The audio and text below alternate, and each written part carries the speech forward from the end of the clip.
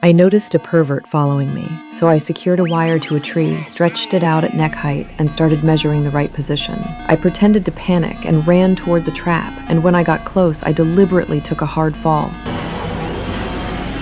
The pervert got his neck sliced clean off.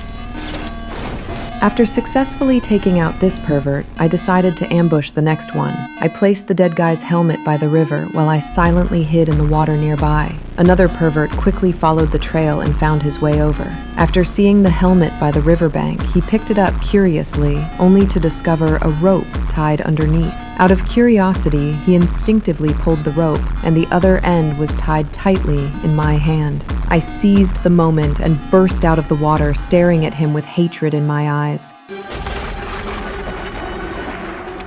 To make sure the pervert was dead, I put another bullet in his head. All the perverted killers Sean had sent were taken out by me, but I wasn't in a rush to go back and get revenge on Sean. For safety reasons, I decided to get out of this valley as quickly as possible. I planned to cross through the National Forest Park to reach a gas station on the other side and call the police. When I passed by a cabin, I used wooden planks and barrels to build a makeshift raft. This way, floating downstream would greatly reduce my travel time. However, when the waterway became impassable, I had to get back on land and hike toward the gas station on foot.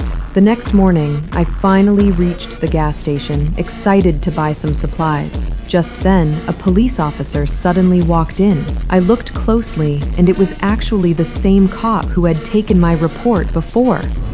Billy und ich haben überall nach Ihnen gesucht. Wo waren Sie?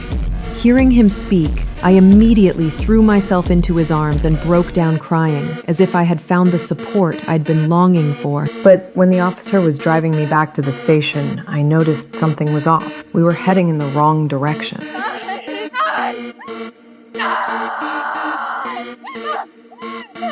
By the time I realized this cop was actually working with Sean, the car had already pulled into the farm where I had been repeatedly assaulted. I felt utterly desperate, falling back into Sean's hands again. I thought Sean would kill me right away, but instead, he did something even more twisted. He shot and killed a cow nearby, then brutally cut open its belly with a knife. He wanted to sew me inside the cow's stomach and use the digestive enzymes to slowly dissolve me. Watching Sean being so twisted, my intense will to survive gave me incredible strength.